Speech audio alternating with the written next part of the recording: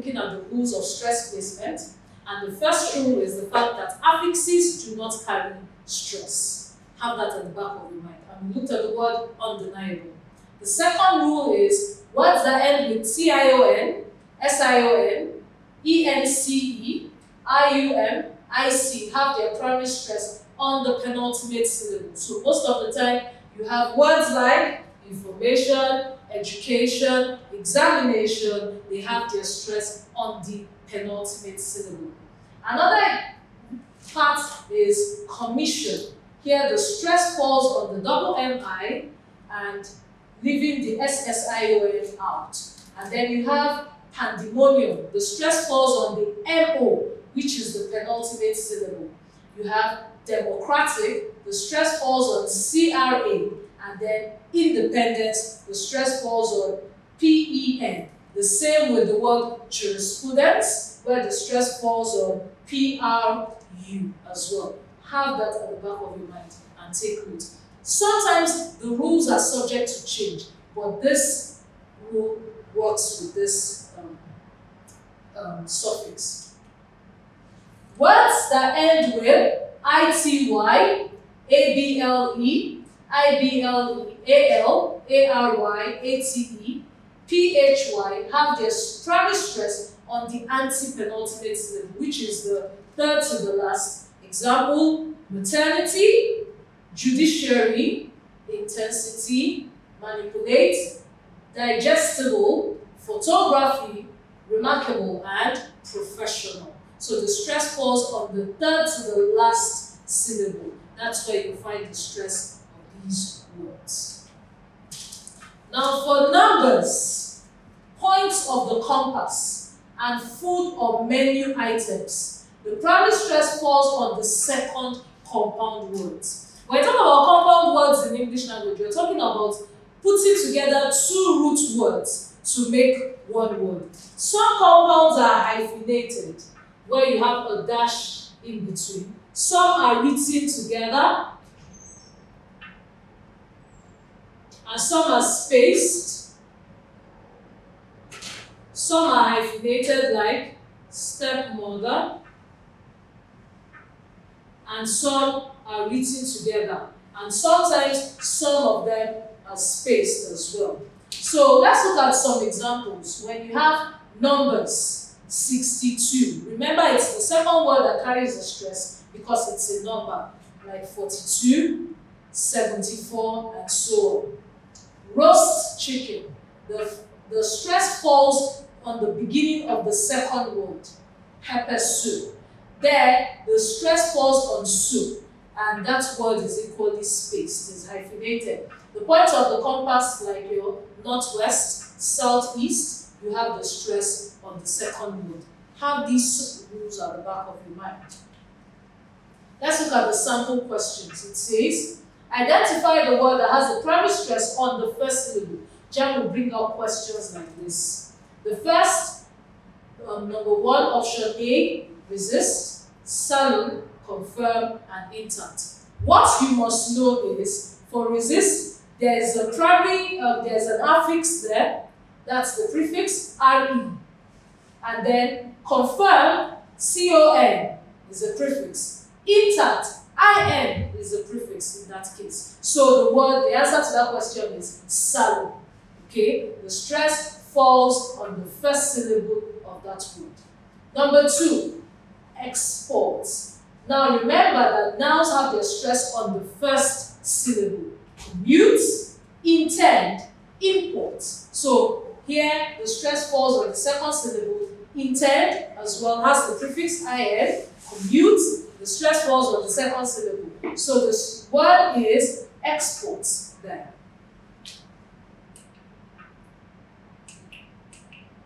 The next, compel, misread, resign, competent. So the answer to that question is competent in that case. The stress falls on the first syllable. The second one, dismiss, comment, intact, and confuse. The answer to that question is comment. The stress falls there. Identify the word that has a different stress pattern from other words. The first is idea, sugar, couple, and reason.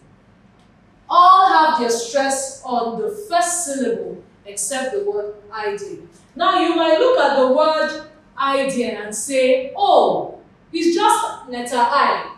But what we do is most times, if you're very good in sounds, because you cannot answer any question on stress if you do not have an idea of the sounds of in English language. So for idea, when it's being transcribed, I, do.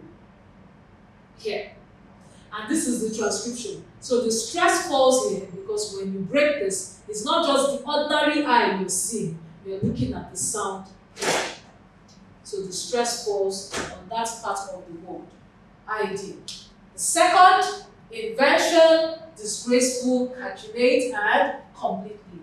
In the case of calculate, the stress falls on the first syllable. Invention, remember it ends with T-I-O-N, so the stress falls on the penultimate syllable.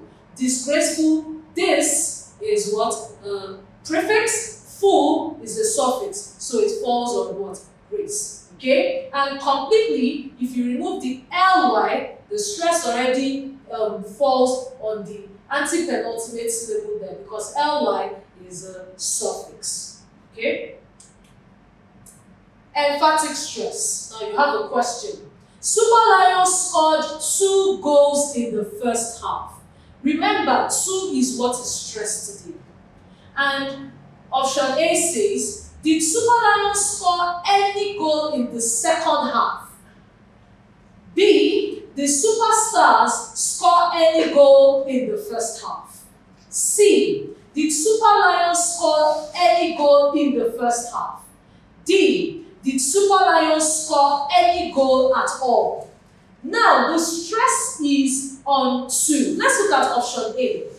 Did Super Lions score any goal in the second half? We are talking about first half, not second half, so this cannot be the answer, so this is wrong. B, did Superstars score any goal in the first half? We are talking about Super Lions, not Superstars, so this is already wrong. Let's look at C and D. D, did Super Lions score any goals at all? We are talking about the fact that they scored 2 goals. Let's look at C. Did Super Lions score any goal in the first half? First half matches first half there. Super Lions matches Super Lions there. Of course, a goal was scored, and then did Super Lions score any goal in the first half? Super Lions scored 2 goals in the first half. So the answer is C. Now we look at another aspect of English language that could be challenging to most of the students. But what I will do is I will guide you through as well, and then we know what to do from there. So when you see any question that has to do with the sounds in English language, you have nothing to fear. There are 44 sounds in English language. Let's have that at the back of our minds, and I'm going to draw a little chart to guide us there. There are 44 sounds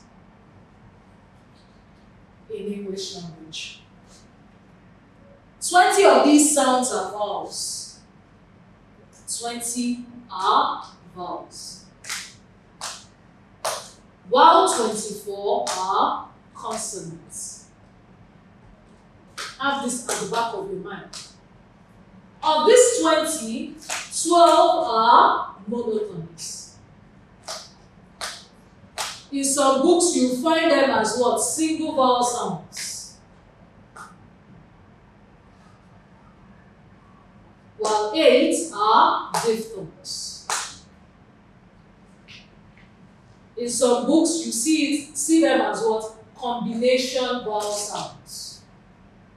Combination vowels or glides. Okay? They are called glides because it's believed that one sound glides through the other.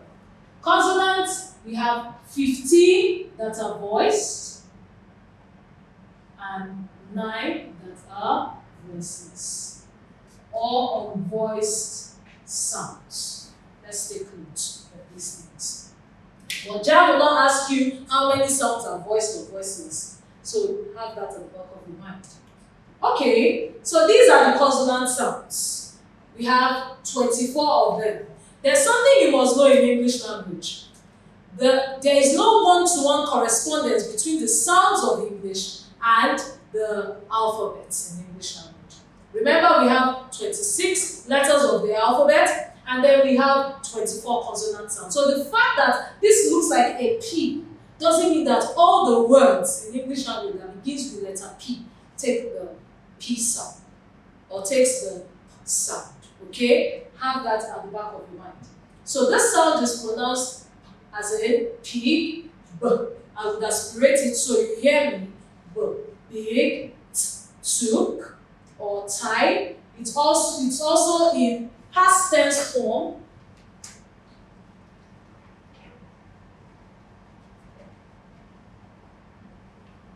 For sounds like, I'll just talk about them and their peculiarity. The sound, you find it in words like pig or pea. It's also silent in words like some. Remember, the fact that it begins with the letter P doesn't mean this sound is present. So this is some, pronounced S, take note. And then it's also silent in the word photo, which is okay. So if JAMB brings out a question and tells you to identify the word with the sound, and they put photo, sound, and then pneumonia, note that in this case, this sound is not present here.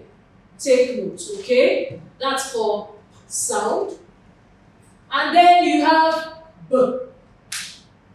In words like big, also bubble, bear, bath. Okay? It's there in these words also. And they are silent in words like plumber. So you don't say plumber. It's silent in the word climb. You don't say climb.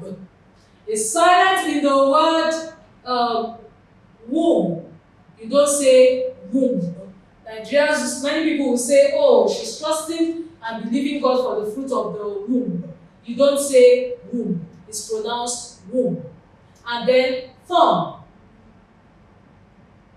Okay? It's silent there. Climbing. Don't say climbing. Okay? It's silent there. So take note, these are the silent forms. Okay? So for the sound T, I'll just run through some of them that could be tricky. You have T. Now, there are some words that end with ED. Okay? And because they end with ED, sometimes when you pronounce them, they have this sound like a T at the end. For example, danced. Danced. Okay, has the T sound. So when you see it in German, you won't wonder why they brought this out and say the answers are not there, or the answer is in there rather.